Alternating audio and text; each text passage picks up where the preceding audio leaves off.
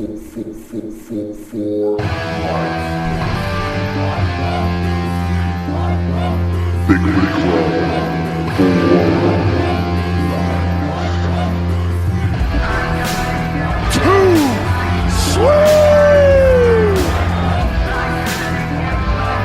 and gentlemen, welcome to Bigfoot Club. Robert Jesse Dominguez, Ash Tucker, Chris Collins, Stephen Robert Dominguez, Earl the Pearl Kennedy. Believe in us, believe in Bigfoot Club, because we are too sweet.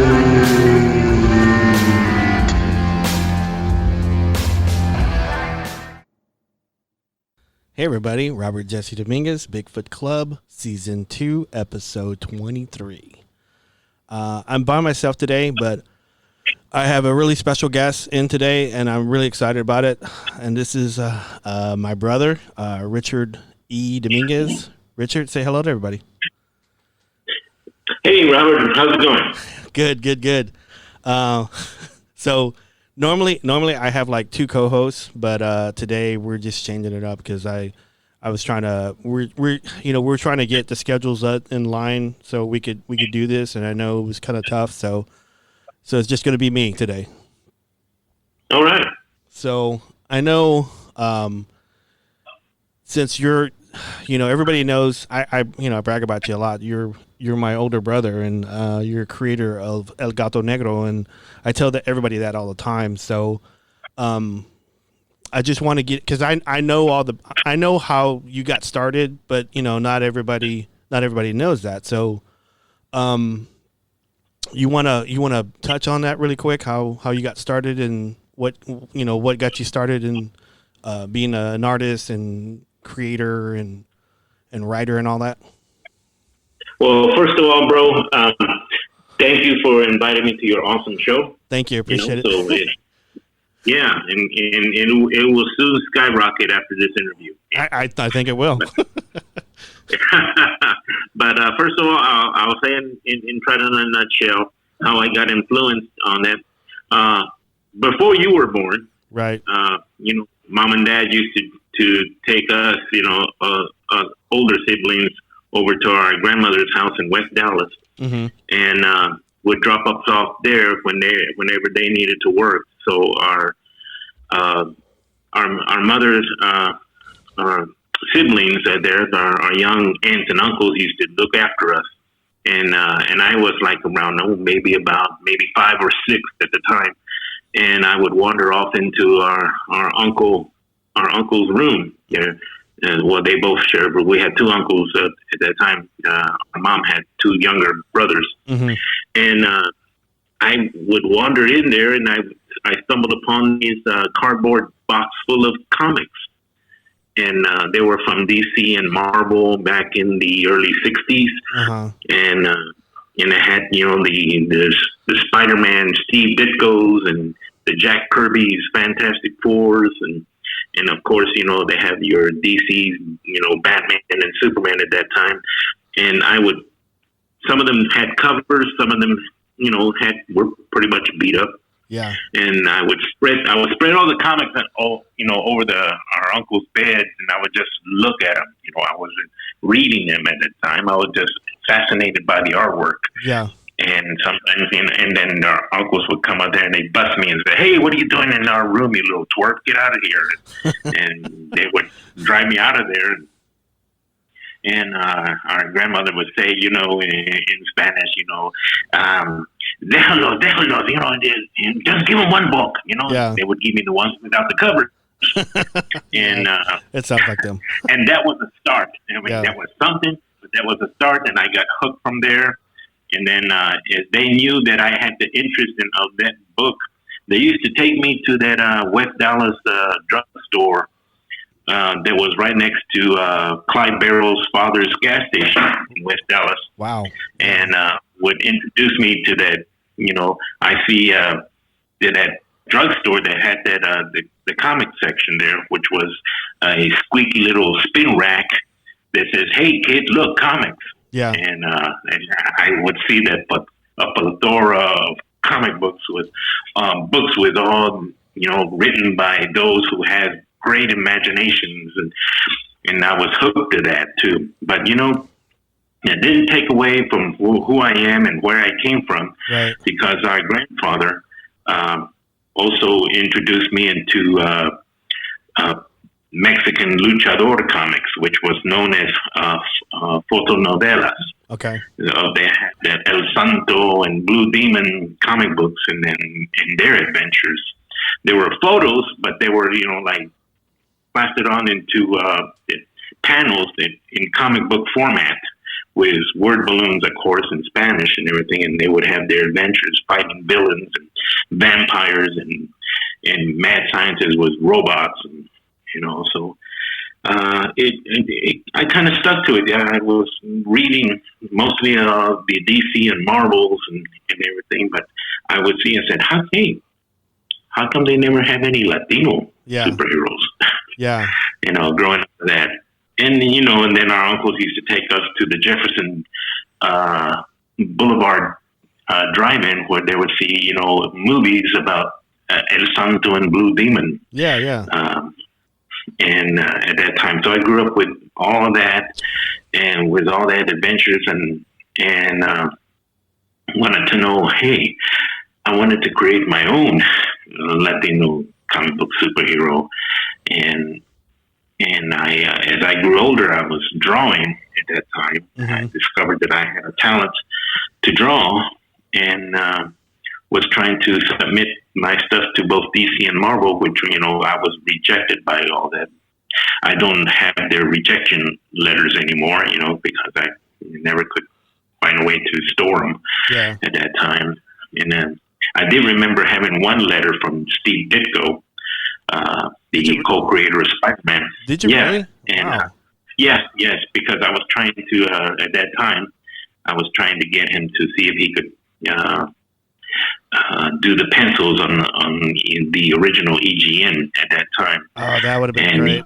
That would have been great. Well, I sent him some books, and he was very flattered by it. He said, "Hey, you go somewhere with this. I know it." But at that time he was very busy with Valiant.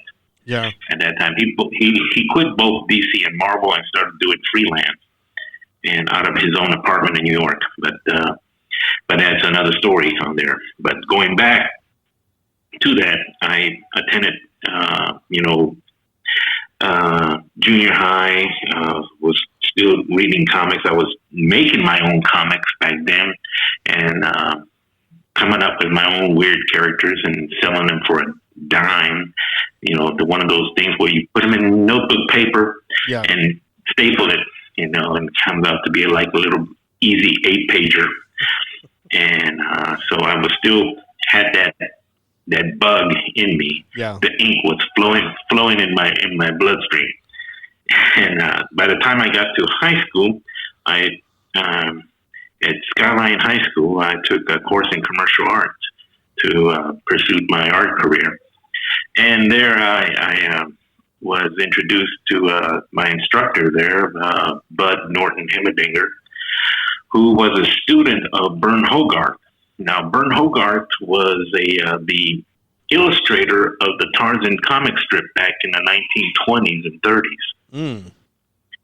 And Bud Norton introduced me to a book at Bern, a series of books that he put together. It was called Dynamic Anatomy.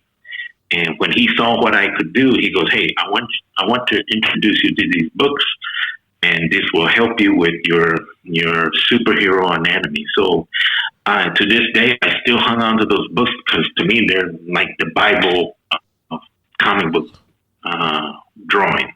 Right. And I bought the series of books, and Bud Norton even introduced me to him back in the early 90s when Bern Hogarth became a guest in one of the Dallas fantasy fairs there. But I guess I'm going ahead, too much ahead of what I'm getting to, but of how I created El Gato Negro. Right. But it was until when I was attending junior college. It was Eastville College back in the late '80s, early 80s, I believe, and I was doing sketches when I should have been studying up there in one of those lecture halls. Mm-hmm. But I think I got a good grade out of that class. I was doing sketches when should be listening to the teacher while he gives his lectures. Yeah. Sketches of some ideas that I had, and superheroes that I was coming up with a Latino flair to it. And I came up with one that was sort of influenced from Batman, the Shadow, Daredevil, Nightwing, mm-hmm. The Spirit, Will Eisner's The Spirit, and everything, and kind of all combining all together. And I was also into those urban superheroes, those with no superpowers, that fight crime in the streets, because they're to me, they're like the real superheroes who go out there and fight crime and knowing that they're going to get killed any day, because they're not bulletproof. And those were the kind of superheroes that I really enjoyed and adore. And with that, I did a mixture of what I grew up with American superhero mixed with some lucha libre, Mexican comics, and I formed it together, seasoned it just right, and came up with El Gato Negro, and sort of a motif of Batman, since Batman's character was he uses the bat to scare the criminals because they were cowardly, superstitious, and everything. I did the black cat because he brings bad luck to those who do evil. I like that. I've always liked that. Yeah. So. Yeah. So I used the storyline to where his grandfather was the original El Gato Negro, a Mexican masked luchador, who was an adventurer on the side. And he used the black cat motif to bring bad luck to those who enter the ring with him. And then, so he was popular, not as popular as El Santo, but he was probably popular like locally, right? Yeah, locally. I based it in South Texas, which has a very large Hispanic population there. And he fought crime there, and then he, retired from it and passed down the mantle to his grandson, who became the present day El Gato Negro. And I debuted him back in October of 1993. And from what I heard from most retail store owners back then in the early 90s, that my book sold faster than any X-Men title at that time. I believe. And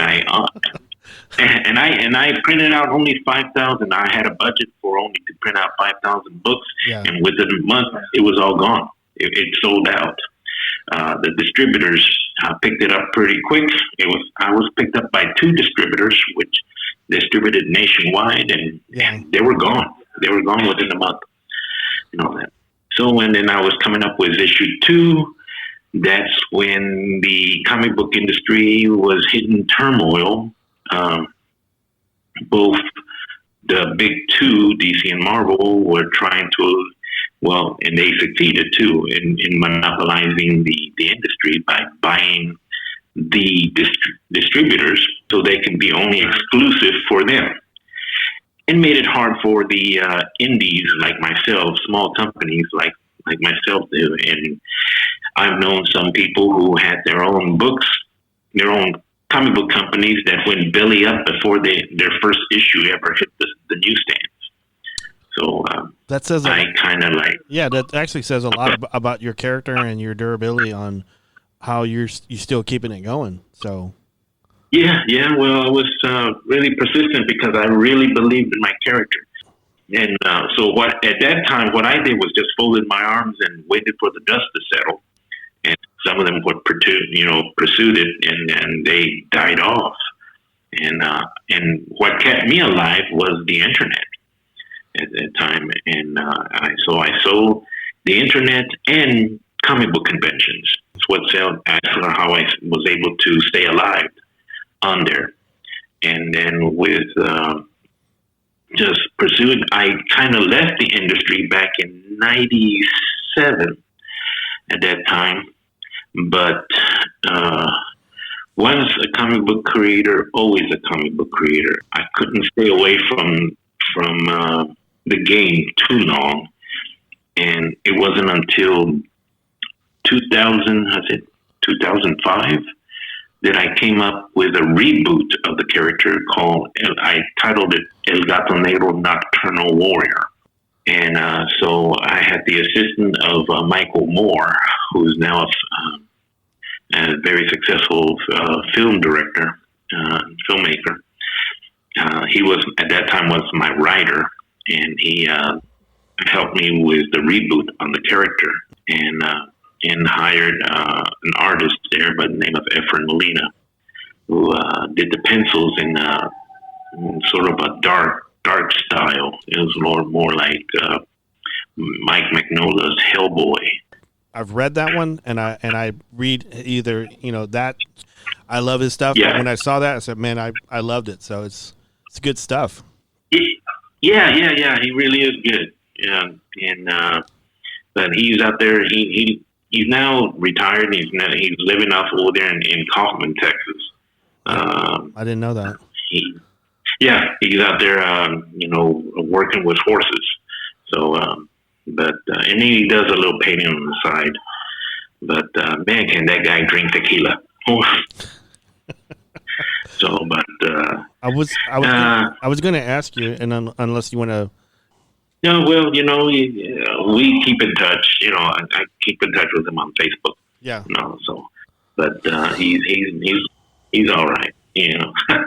But I let him be. He just likes to tend to his horses and drinks tequila. So. But go ahead.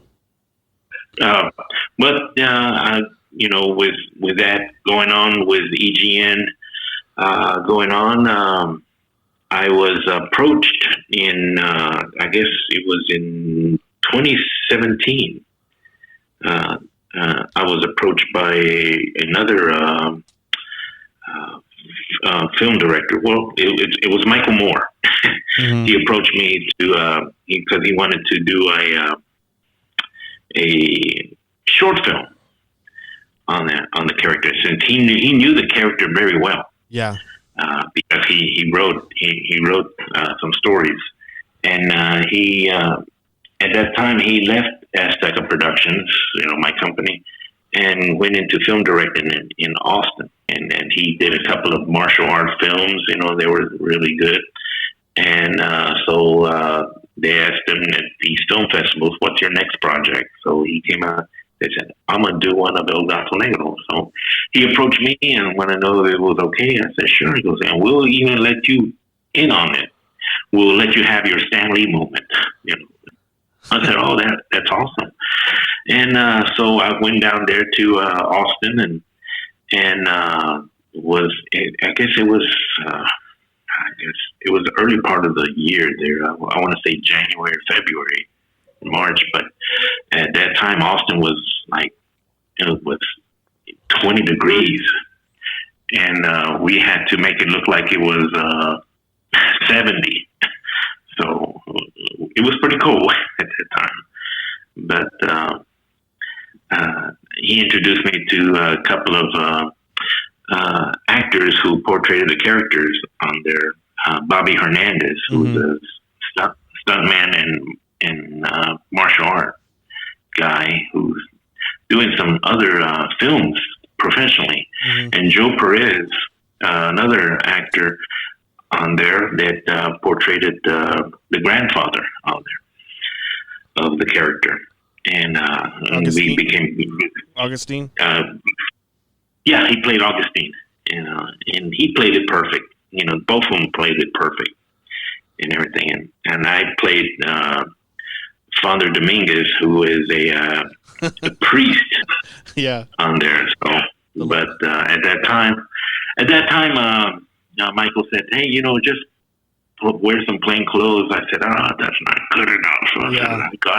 I got to look like a priest. So I was so much into the church at that time, and I went to the seminary and knew these young men who had the calling of the priesthood. And I asked them, hey, do you guys happen to have a spare priest outfit? He goes, hey, as a matter of fact, they look in the closet here, and they had a whole bunch of them. How about this one? This one fit you? This is perfect. That's so funny. Yeah. So I dressed up as the part, and I really liked the character. Father Dominguez. I decided to put him in the EGN storyline in there. So you'll be able to see more of Father Dominguez in future issues. Nice. I like that. Yeah. And so he entered it in a couple of film festivals up in New York, and I believe in LA as well. But Michael did a really awesome job on there. It was a funny thing on there when he told me to start acting my part with the little girl who was also in there. She was like, I guess, one of the characters in there that focus around her in there. Mm-hmm. And I was supposed to speak Spanish to her, but she refused to speak Spanish in her part. But I said, well, just go ahead and speak Spanish. And Michael told me, go ahead and this is going to be your lines. And then when I started shooting, I started saying my lines in Spanish. And then Michael goes, Richard, I didn't say action. That was my first blooper. Yeah. Hey man, I'd probably do the same thing too. I'd be nervous. Yeah. It's nervous, So it was all good, But all in all, you do, all actors do many takes on that. So we did the take again, and it came out really good. That. So I don't know if you were able to see it. Any parts that Michael has on there. And he gave me a copy of the CD on there, so we're able to play it several times here for my family here. But it was later on in 2017, I also got another call from Joe Novia, who is the director. He's a filmmaker director, and he directed several episodes of Arrow, and for the WC. Yeah, WC. Yeah, I watched that show. So. Yeah, and he was the one who also did the debut of Deathstroke on there. In that episode, and I was told that it was one of the best episodes of the Arrow series. Yeah, on there when Deathstroke appeared in there. Well, apparently Joel had been a big fan of EGN, and he said that he always wanted to make a movie about it. So he was trying to get a hold of me through Facebook. And at that time, I'm living in Luxembourg, and it was my first year there. And as a matter of fact, I'm still living here. So just to let the fans know, hey, I'm in Europe. Yeah. So. But he approached me through Facebook, and I responded, and he said that he's been looking all over for me because he wanted to make a movie about EGN. So really, he said yes. So we were not, he helped me get an agent and to try to pitch the idea, to several film companies and everything. And then it was MGM, Andrew Midman, that at that time contacted me personally and was interested in EGN.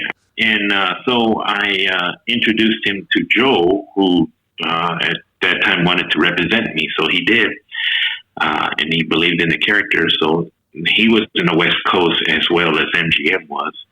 And so he was able to meet with them and FaceTime me from Luxembourg in order to make the deal go on from there. And found an actor to portray the character who was very much interested in it. Diego Boneta, who just came out in one of the Terminator movies. Okay. On there, and also came out in Jane the Virgin, and also, well, he's also now doing the Luis Miguel. I guess the story of his life on through Netflix. Right. I don't think I've seen any of those. But I'll make a way to do it because I do think he's a good fit for the character. Oh, I believe so. So yes, I believe so. He truly believes in the character, and he feels like that he can bring him to life on there. So, and then the next thing I knew that Robert Rodriguez is going to be set to direct the pilot of El Gato Negro. So this was I guess it was the cherry on top of the cake here. Man, because I always wanted big fan of Robert. Yeah, and I also heard that he was also a fan. He had been a fan of my books. So, and since he likes working in Texas, and I wanted the character to stay in Texas, it was made for him. So we're kind of looking forward to that. To get the TV series going, MGM, and then also it got picked up by Apple TV to start making the TV series on here. So production's on hold because of COVID, right? Yes, definitely is. Okay. So fans are looking forward to that. Coming up pretty soon, and they're gonna start getting together, and after the COVID stuff dies down, they're gonna probably get together and probably start talking about doing a show and production, and then it's gonna start coming out, right? It's gonna be on Apple. Yes, TV? that's what we're all looking forward to that. Okay. And and also with the comic books trend, going into I guess to TV nowadays, and especially to streaming television series, with the success right now of Ben Dunn's Warrior Nun. Yeah. It is going very good. And Ben's also a good friend of mine. He and I go way back in the 80s, when he was doing Antarctic Press. And he still is, and funny thing about that is that Ben Dunn, I live in Mesquite, and Ben lives in Forney, and so we see each other at the grocery stores at the time. I did not know you knew that guy. I see his stuff everywhere. On Facebook and Twitter and stuff. I said, man, I didn't until you mentioned it right now, I didn't even know that. So that's awesome. Yeah. So. And then his daughter just graduated from the same high school that my daughter Sarah graduated. Wow! It was John Horn in Mesquite.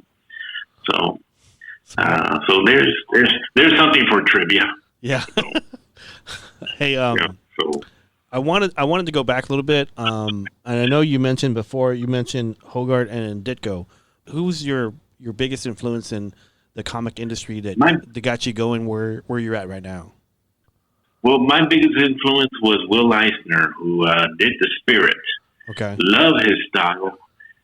He had a knack for storytelling without words. It was his art that you could tell how the story flows. Uh-huh. And that's what I try to do with my artwork when I do EGN. And I was a great admirer of his spirit. Back in the 70s, I used to collect all the Warren books. Uh-huh. They were printed in black and white with Zipatone.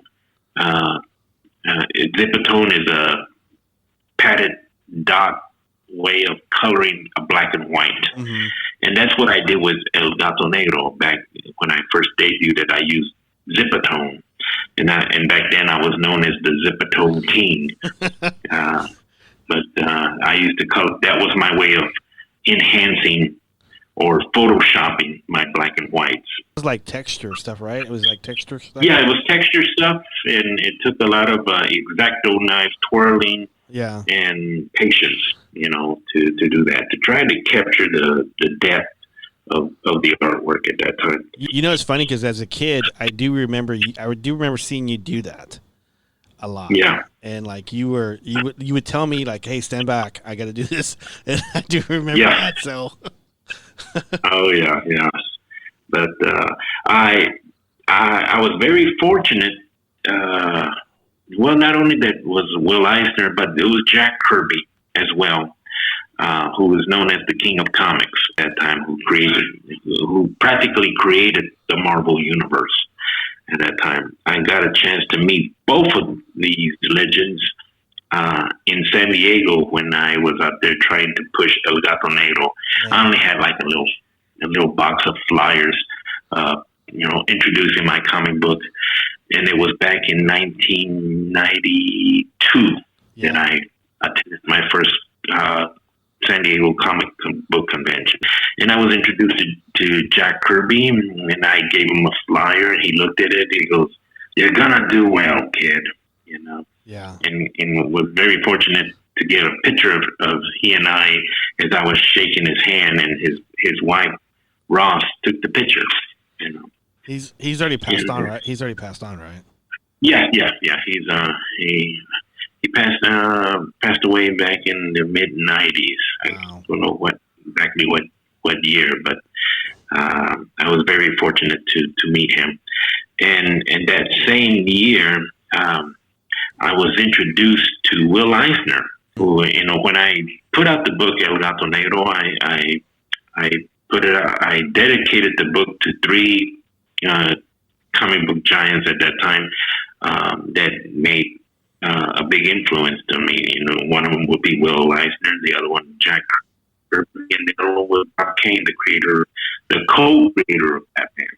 And at that time, I finally got to meet Will Eisner that evening, and the one who introduced me to him was Carlos Saldana, the creator of Burrito, and who they two knew each other because they were a member of CAPS, a organization of cartoonists out there in the West Coast. Okay.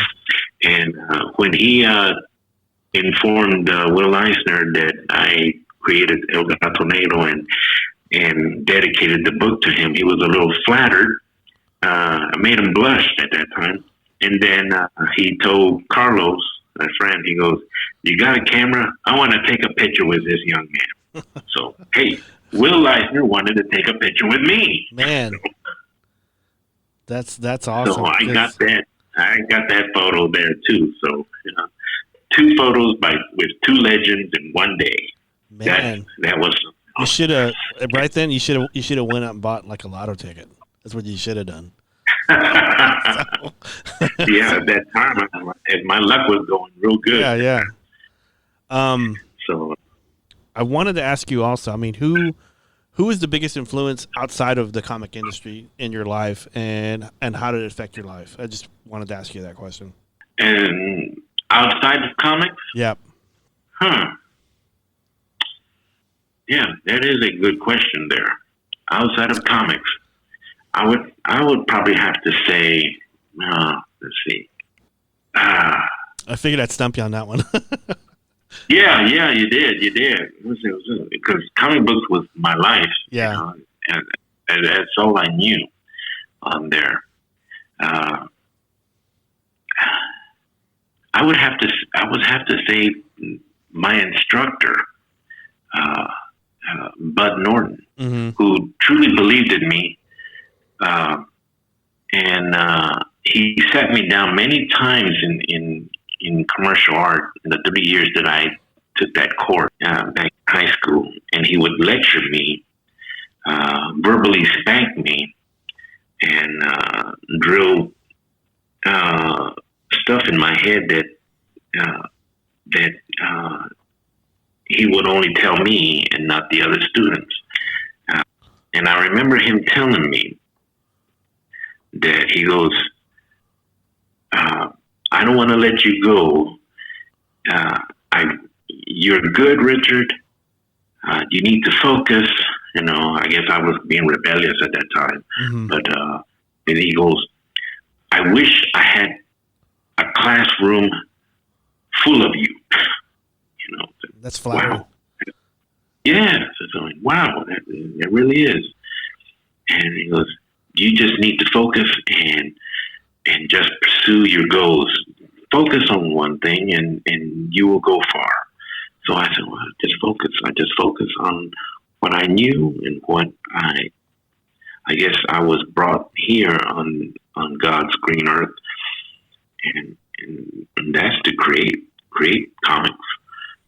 I enjoy it. I really enjoy it.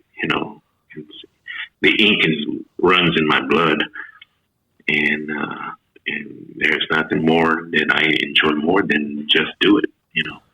And I spend a good amount of time in front of the drawing board, a lot, and I will continue on to this day. I don't know how old I'm going to be until I stop, but I feel like I'm just beginning. So. But he played a good influence in my life. Good. There, he believed in me, and he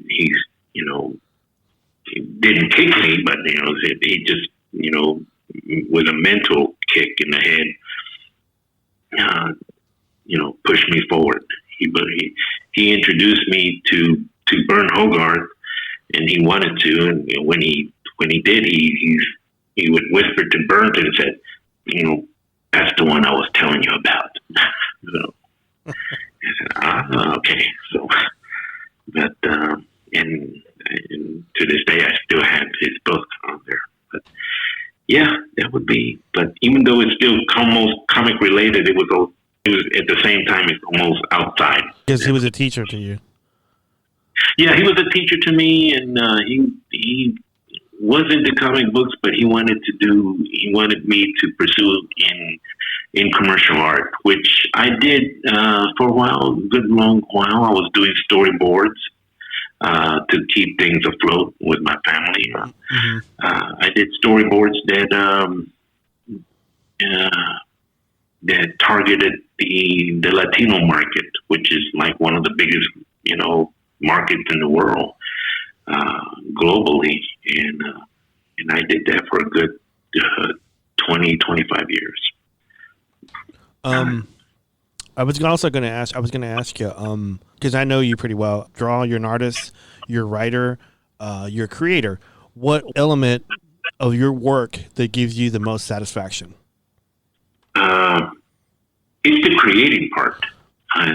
It's just coming to before it's born, to put it out in pencil form, and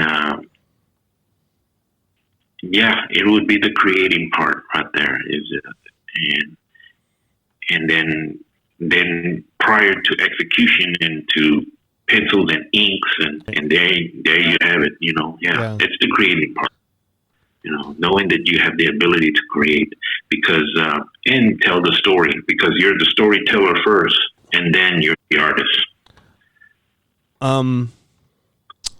Whenever, for example, you're doing a project, whether it's Gato Negro or something else, what is your typical routine whenever you're creating and you're doing the artwork, or if you're supervising or you have a project that you're doing? Well, I would do research. Research, in libraries. Prior to, for instance, I would give you Gato Negro, for example. I would research on his base of operations. Where is he going to be at? What's he need? What's going to be his Gotham City, his metropolis? His own New York City. and I gave it something very unique. I said, "Hey, down in the valley." And the reason why I put the valley is because that's where my wife is from. When I met her in North Texas, back up in Dallas, she tells me that she was from there, around the McAllen, Harlingen area. And that was a very unique. When I went down there and meet her family, I fell in love with the area. Mm-hmm. It was rich with history. You know, it was the pleasant climate. I fell in love with the area, and I said, well, you know what? I'm going to create a character based in this area here. Mm-hmm. So, and it was very unique. It was very uniquely done, and it is different from any other comic book settings there. But although I do have other people who's following that same path there, mm-hmm. but they would know that I was the first to create that. I was also going to ask you, what is, because I know El Gato Negro is like your big money. I mean, not your big money, but your big creation. But what is the most rewarding project that you've been working on to date? I know EGN is probably it, but I just wanted to ask you that and see what kind of answer you're going to give me. Well, I mean, I've got other projects that I'm working on. I've got Team Tejas, which is a group of mostly Latinos, group of super beings. There's a government-sponsored group of super beings that's supposed to be in that first line of defense against terroristic attacks and superhuman domination. And when I created that prior to EGN, mm-hmm. because EGN was a member. When I created Team Tejas, El Gato Negro was originally one of the members on there, and in there. And when I was creating each character individually, I grew fond more of that particular character than the others. So what I did was I put Team Tejas on the back burner and emphasized more on EGN. And I pulled him out of there and made him his own individual character and everything. But when I was back in college, back in the 80s, I created another superhero with a Aztec, mystical Aztec background to him. And that was Tonatu, the sun god. Mm-hmm. And I created him back in, it was 89, I think, yeah. And I was sketching him out there in college, but I couldn't develop a good, solid background for him. But I love the character, I love the design, and I just kept it, I guess in frozen animation at that time. Yeah. Until I developed EGN, and now I'm bringing him out and let him thaw and develop the character of him, and have a writer on there by the name of Robert J. Dominguez. Yeah, I just want to tell you that that I'm super excited about that, and I'm like it is an honor. I just want you to know it's an honor that you gave me that character to write, because I remember you drawing that character when I was a kid, and we used to always joke all the time. I used to always say, well, I used to ask you, what type of powers does he have? You go, powers of the sun. Powers of the sun. So you used to just tell me that all the time, and so when you asked me to write this story for you, and I go, powers of the sun? You go, yeah, powers of the sun. So powers of the sun. And I'm super excited about it, and people that know me know how excited I am about it, because it's a challenge, and it's something that I've always wanted to do. I've always wanted to be in comic books, and you know this more than anything. It's just one of the main things that I'm excited about it. I can't wait till it's finished, and I'm going through. I'm so nerdy about it right now, so I'm going over and over ideas and thoughts, and before I start writing it down, and I write it down on a piece of paper, and then I think about it, and then I write it on sticky notes. I put it on the wall, and then I move stuff around, and I go, okay, if I do this, it's going to do this, but yeah, I'm really excited, and I can't thank you enough. Oh man, well, the brothers got to work together sometime, So yeah. They have the brothers Hernandez that does Love and Rockets. Yeah. Well, they're gonna have the brothers Dominguez, So so hopefully get Tanatu, the Almighty, on the ground. Yes. Now Tanatu the Almighty is going to be something more like Shazam, Firestorm, Thor, and the New Gods, all rolled up, all rolled into one. Yeah, one burrito. So whenever you do make it in town, I don't know if that's down the road, but I do want to sit down with you and just talk about other ideas and how I want it, how we can just come up with tie-ins and stuff like that. But that's down the road. We can talk about that later. So yeah, sure. So one because I know you've met with a lot of talented people, and being in this field and doing comic book conventions, like you were saying before, you probably run into a lot of people that just run up to you and say, hey, what do you think about my work, or what do you think about this art, so you get all that. Because I know you run into a lot of people, because I've actually witnessed it with you, yeah, comic book conventions. Yes. What's the best advice that you could give to a promising new creator or an artist or a writer or whatever? Well, the best advice I give them is to work at it first. Work at it hard, work at it first on there. And I'm a type of person that I before somebody will come up to me, can you review my portfolio? And I forewarn him, I said, I just want to let you know that I'm real tough. So, but just to scare him a bit, but I look at it and I can go, okay, I can tell you what you're doing wrong here, So, but then again, I had that done to me many times.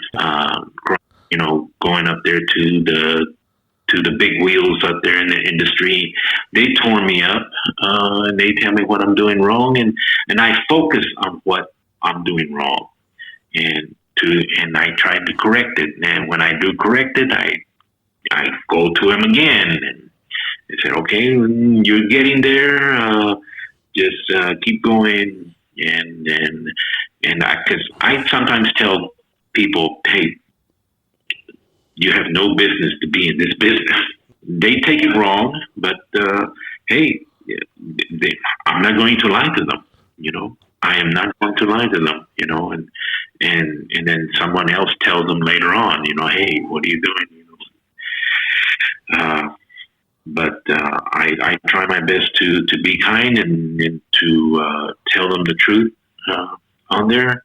And as well as their writing skills, I said, well, are you a writer? He goes, no, I'm just mostly the artist on there. I said, well, if you can do a story, this would help your artwork flow on there, because you're the storyteller first, and then you're the artist.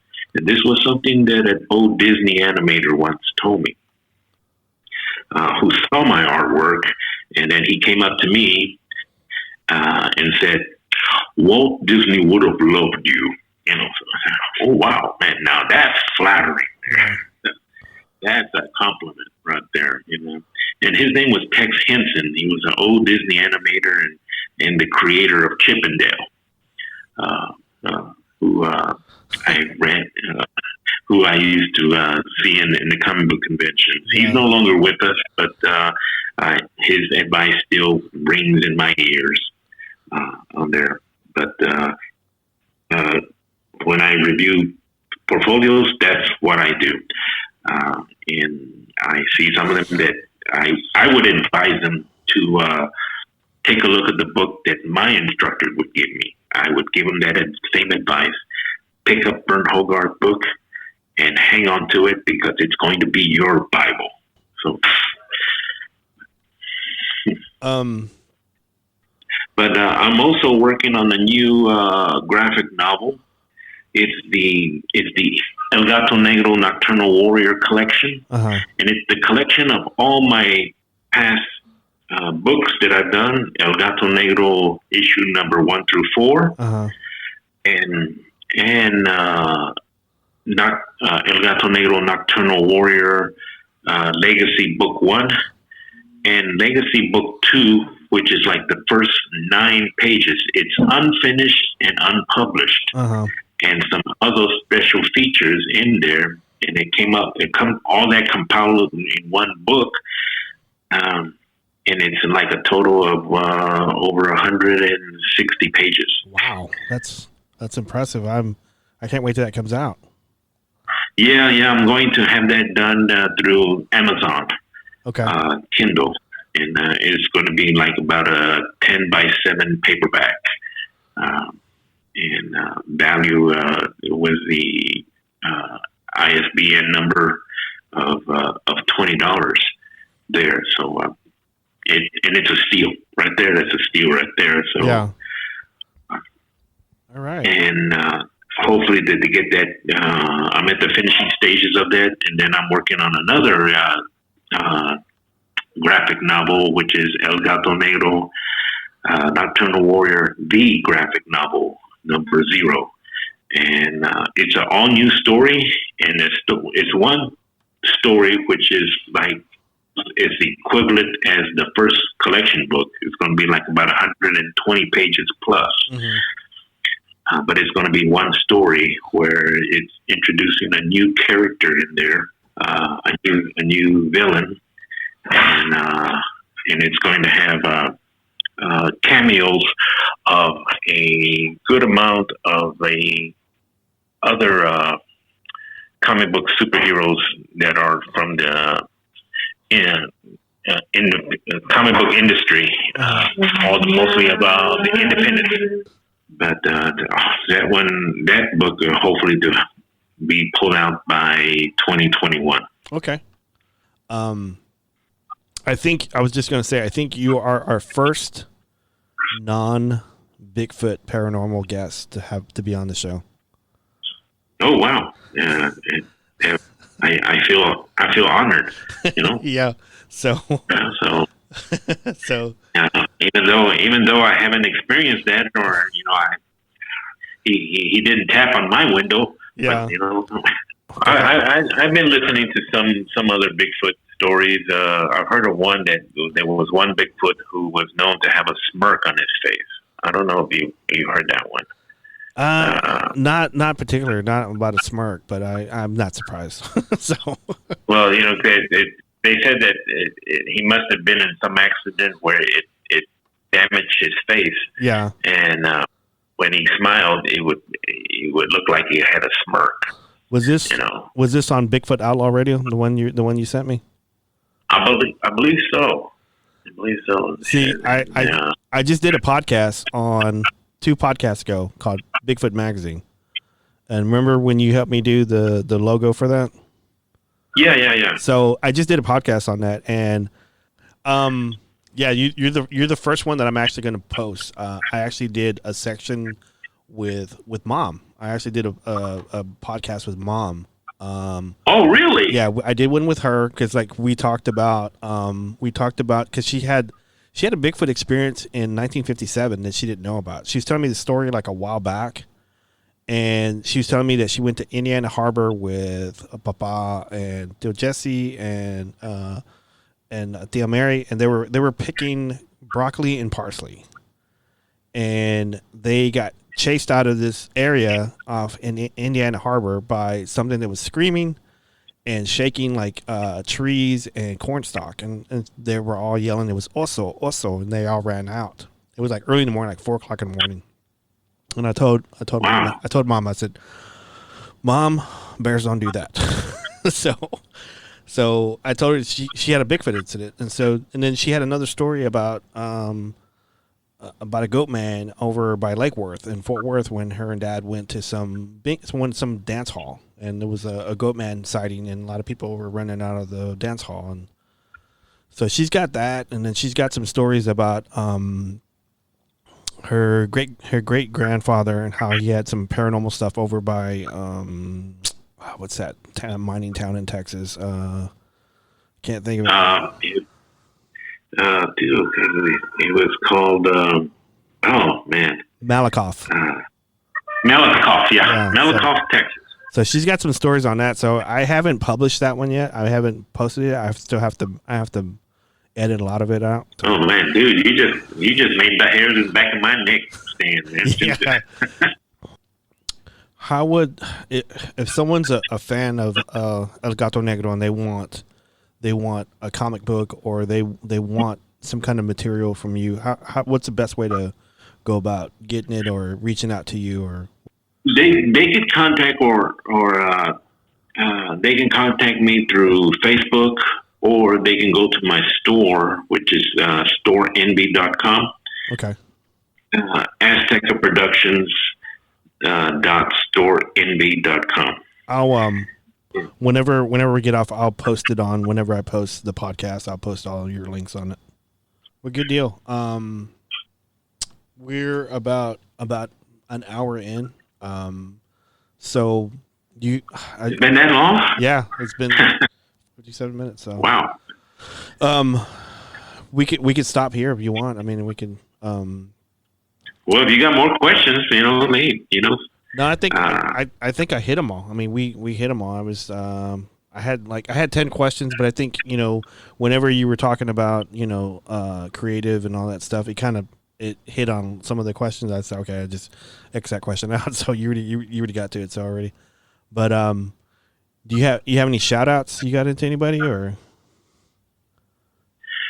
Oh, I just want to say hello to my good friend Mark Stokes, the creator of Zombie Boy, out there.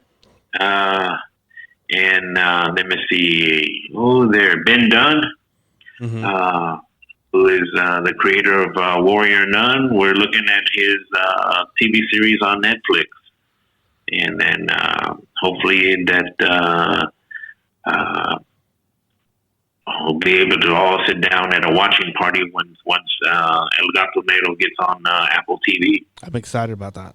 I don't know how you. Yeah, I'm so excited about that. So, but man, hey, thank you for doing the show for me, man. I really really appreciate it.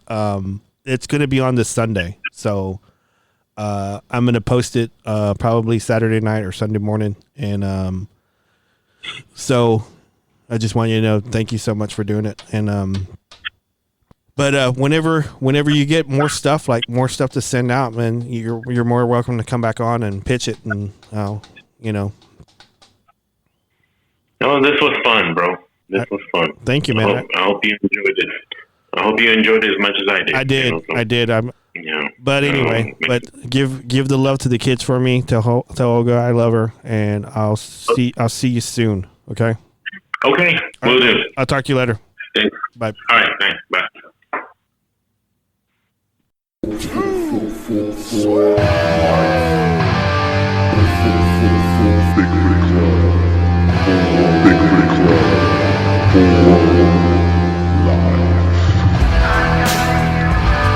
I must bid you adieu, and so, goodbye,